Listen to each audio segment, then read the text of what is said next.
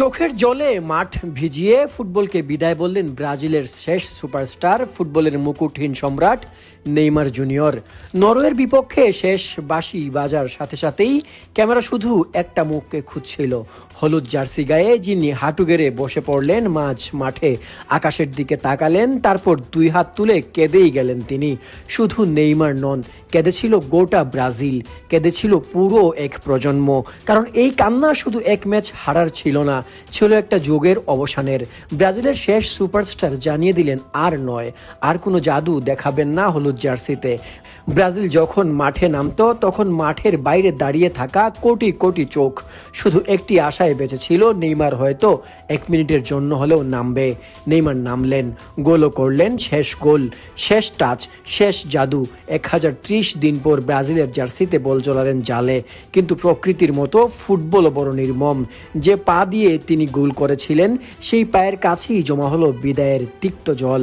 একটু পেছন ফিরে তাকাই, 2010 সালে সান্তোসের এক কিশোর এসে বলেছিল, আমি স্বপ্ন দেখতে ভয় পাই না। সেই 18 বছরের ছেলেটা 4টি বিশ্বকাপ পেরিয়ে জীবনের 16টা বছর শুধু ব্রাজিলকে একা টেনে নিয়ে গেছে, কিন্তু ব্রাজিল বারবার তাকে একা ফেলে রেখেছে। 2014তে কলম্বিয়ার সেই নিষ্ঠুর ট্যাকল মেরুদণ্ডের চির ধরল এক জাতির স্বপ্নের। 2018-র কাজানে শ্বাসরুদ্ধকর রাতে কর্তুয়া দেখিয়ে দিলেন ম্যাজিক, অথচ শেষে নেইমারের হেরে যাওয়া মুখটাই মনে রইল। 2022-এর ক্রোয়েশিয়া পর্ব তো এক জীবন্ত ট্র্যাজেডি, পেনাল্টি নেওয়ার আগেই ভাগ্য যেন তার দিকে ফিরে তাকায়নি। আর 2026 নরওয়ের কাছে সেই কফিনে শেষ পেরেক ঠুকে দিয়ে তিনি বিদায় নিলেন।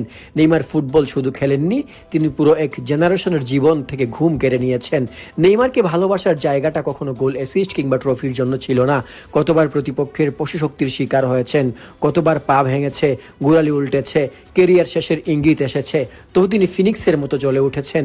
এই ফিরে আসার গল্পটাই তো তাকে আমাদের আপন করে নিয়েছে। আর এ কারণেই হয়তো তিনি বিদায় নিতে নিতে বলেছেন, আমি বারবার চেষ্টা করেছি কিন্তু আর পারছি না, এখানেই শেষ। কিন্তু ভাই, ইতিহাসটা বড়ই নির্দয়। সে শুধু সংখ্যা মনে রাখে। নেইমারের নামের পাশে কোনো বিশ্বকাপ ট্রফি নেই, ব্যালন ডিওর নামক সোনার বলটা স্পর্শ করে দেখেননি কখনো। পেলের পাশে বসে কি আর তাকে বিচার করা যায়? হয়তো আগামীর ইতিহাস তাকে খুব বড় করে জায়গা দেবে না। সান্তোসের সেই উচ্ছল কিশোরকে পরের জেনারেশন হয়তো ভুলেই যাবে, কিন্তু আমরা, যে প্রজন্ম তাকে চোখে দেখেছে, যে প্রজন্ম তার জাদুতে মুগ্ধ হয়েছে, আমরা জানি নেইমার সংখ্যায় নয়, নেইমার একটা আবেগ। একমাত্র তিনিই পেলেকে পেছনে ফেলে ব্রাজিলের ইতিহাসে সর্বোচ্চ গোল করার 80 গোল যে রেকর্ড কোনো এক নিস্তব্ধ রাতেই নিজেই চুরি করে নিয়েছিলেন পেলের কাছ থেকে। অথচ নিজের কেরিয়ারটাই থেকে গেল এক অপূর্ণ কবিতা হয়ে। নেইমারের পর ব্রাজিল আর কোনো সুপারস্টার আসবে না। যে দলকে একা টেনে নিয়ে গেছে 16টা বছর, এমন আর কেউ জন্মাবে না।